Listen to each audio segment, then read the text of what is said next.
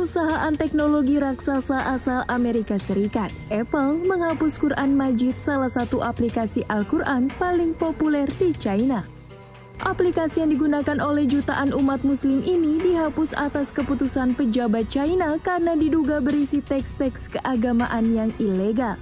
Penghapusan ini pertama kali diketahui oleh Apple Censorship, web pemantau aplikasi Apple Store secara global. Dalam pernyataannya sebagai pembuat aplikasi, PDMS menjelaskannya jika aplikasinya dihapus karena berisi konten ilegal. Sementara pihak Apple sendiri enggan memberi komentar, tetapi beranggapan jika kebijakan tersebut telah sesuai dengan undang-undang pemerintah China. Bagi sejumlah pihak, penghapusan aplikasi ini dinilai bentuk diskriminasi pemerintah China terhadap hak asasi Muslim.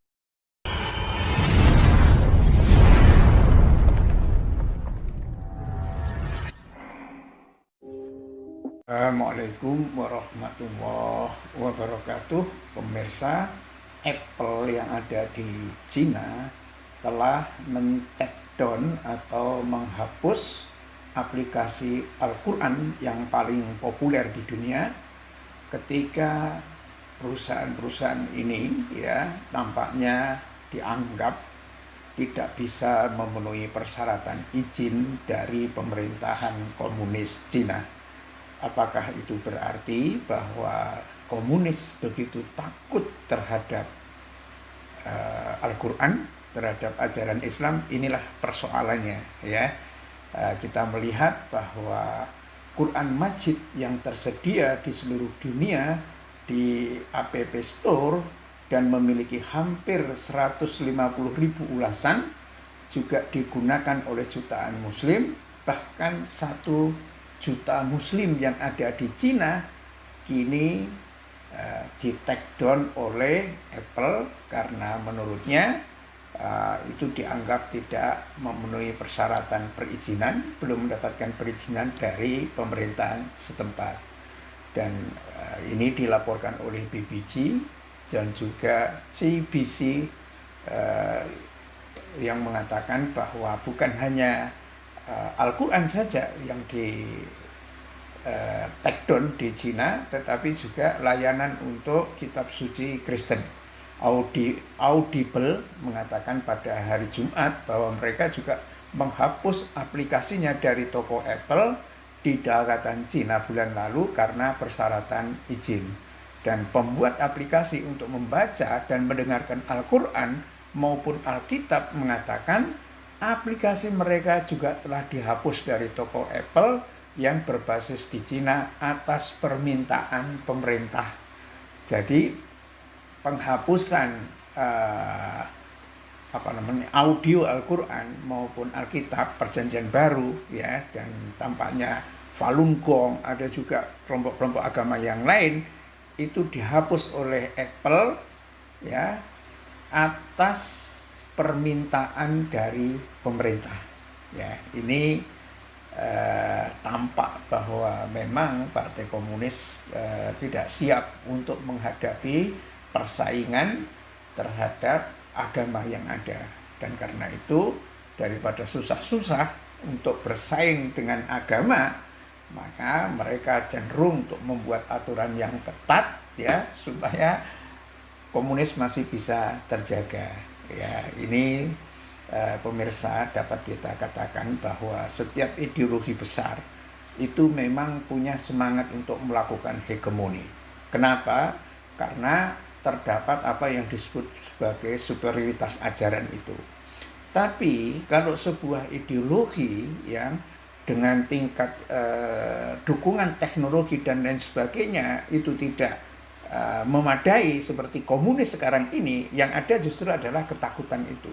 Ya, jadi ketika apa sih sebetulnya satu ideologi yang dianggap cukup superior dan lain sebagainya adalah kelengkapan sistem nilai dalam ajaran yang didapat dari ideologi itu. Ya, kalau di dalam Islam itu ajaran tentang bagaimana kebersihan, bahkan belajar aturan tentang kencing, buang urin, sampai membangun negara itu ada dalam Islam. Islam juga menata bagaimana tentang membangun keluarga. bagaimana berkomunikasi dengan baik dengan anak, bagaimana anak harus menghormati orang tua dan lain sebagainya. Itu aturannya itu lengkap. Nah, cobalah kalau hal itu ya, persoalan hubungan interpersonal atau hubungan dalam rumah tangga atau hubungan antar suami istri dan lain sebagainya, tanya kepada ideologi komunis. Kalau memang ideologi komunis itu punya jawaban yang memadai. Ya, kalau kita membaca katakanlah karya-karya dari Karl Marx, kemudian juga Friedrich Engels, kemudian kalau di Cina mungkin ajaran Mao Zedong, sampai dengan yang terakhir itu, tampak bahwa mereka tidak punya ajaran yang memadai berkenaan dengan kehidupan keluarga atau bagaimana hubungan tentang antara suami istri atau bagaimana antara orang tua dan anak. Tampaknya tidak punya, ya. Semua tampaknya adalah trial and error. Apa yang dilakukan itu adalah trial and error, dan ini menjadikan masyarakat dengan jumlah 1,4 miliar itu menjadi sejenis, dalam tanda kutip itu, kelinci percobaan.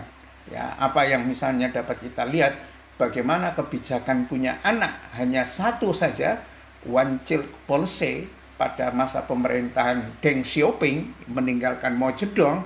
Itu Cina telah berkembang menjadi sebuah eksperimen sosial, eksperimen keluarga, ya, memiliki sedikit anak yang bagus, itu bagus menurut mereka, tapi pada kenyataannya justru saat ini Cina menghadapi demografi yang sangat baru. Dan aturan itu akhirnya ditinggalkan. Ya, dulu orang kalau tidak tunduk pada aturan itu bisa dipenjarakan atau dimiskinkan, ya, rumahnya bisa dirobohkan. Tetapi hari ini pemerintahan komunis Cina merangsang supaya orang-orang itu punya anak lagi.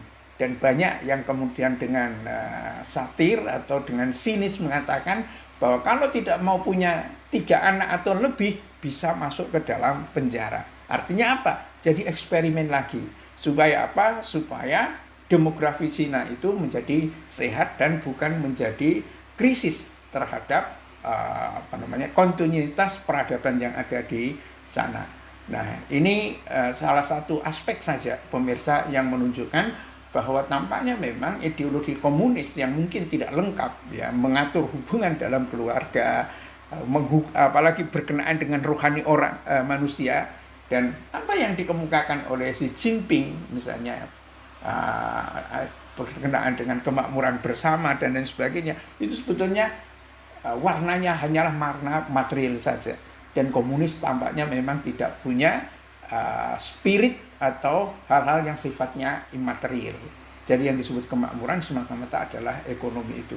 Nah, kini ya, ketika dunia internet itu sangat tinggi dan aplikasi Al-Quran bisa diakses semua orang, ada kemungkinan bahwa Partai Komunis itu akan takut kalau rakyat yang ada di Cina akan berbondong-bondong masuk Islam, atau mungkin sebagian masuk ke dalam Kristen, atau mengikuti Falun Gong, ya, agama Buddha dan lain sebagainya.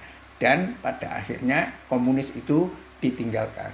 Ini satu situasi yang terjadi di mana penghapusan aplikasi pertama kali itu diketahui oleh Apple Censorship, sebuah situs web yang memantau aplikasi di App Store Apple secara global, ya.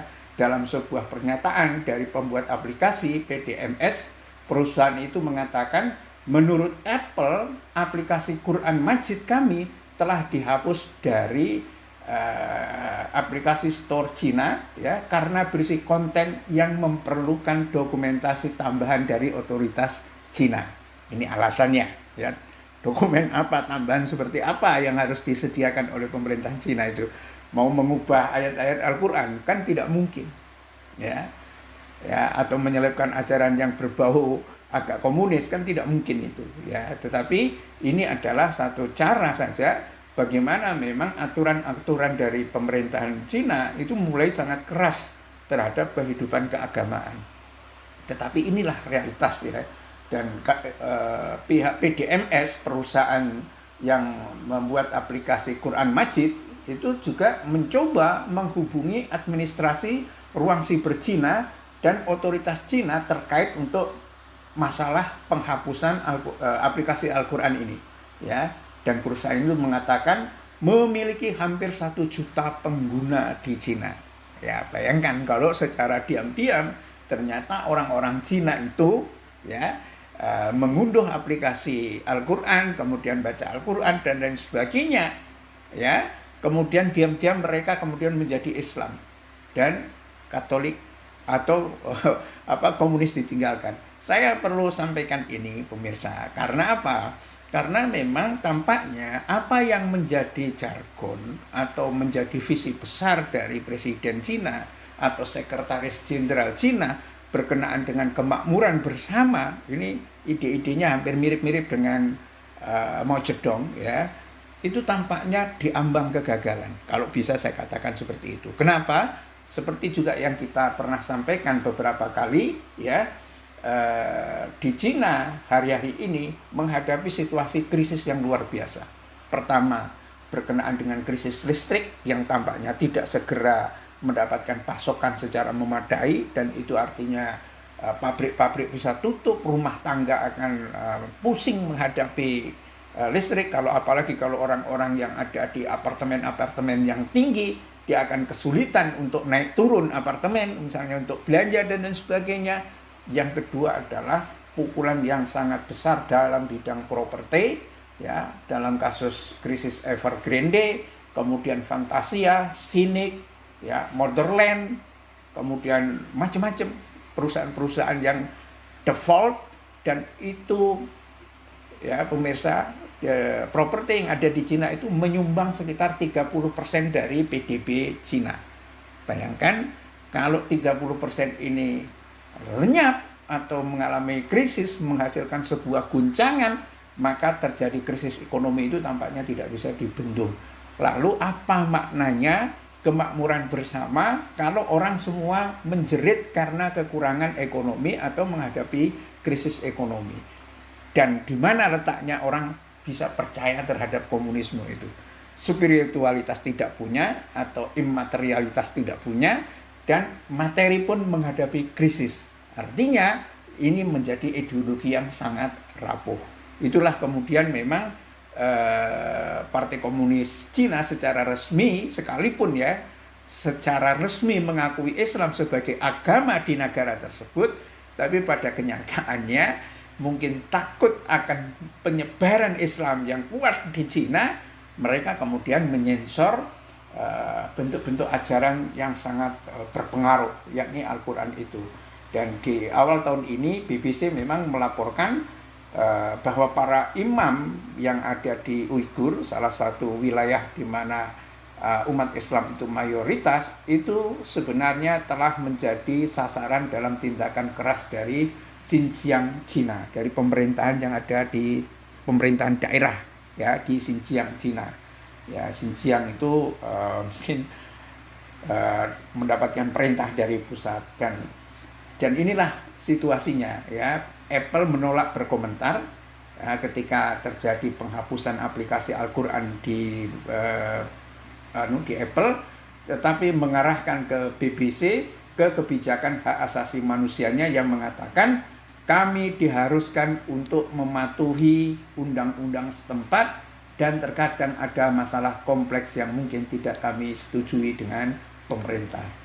Namun tidak jelas aturan apa yang dilanggar oleh aplikasi yang ada di Apple itu di Cina. Quran Majid mengatakan itu dipercaya lebih dari 35 juta, ya, yang sudah mengunduh aplikasi Majid ini di seluruh dunia. Dan bulan lalu baik Apple maupun Google juga sama, ya, kasusnya yang terjadi di Rusia, tapi kaitannya ini bukan agama, tetapi aplikasi pemungutan suara taktis yang dirancang oleh pemimpin oposisi Rusia yang dipenjara, ya, Alexei Navalny. Dan inilah situasi keadaan-keadaan yang ada di sini. Tetapi sebetulnya kalau misalnya pemerintahan Cina mau membaca, ya, Partai Komunis atau pemimpin-pemimpin komunis ini mau membaca Al-Quran dengan logikanya, dengan objektivitas dan kejujuran hati yang memadai, sebetulnya mereka akan sangat tertolong dengan menyebarnya Al-Quran itu di Cina. Kenapa begitu? Karena banyak aspek di dalam kehidupan realitas sosial yang ada di Cina itu tidak punya rujukan standarnya di dalam nilai-nilai ajaran yang ada di komunisme itu. Di mana pada posisi itu Al-Quran itu punya.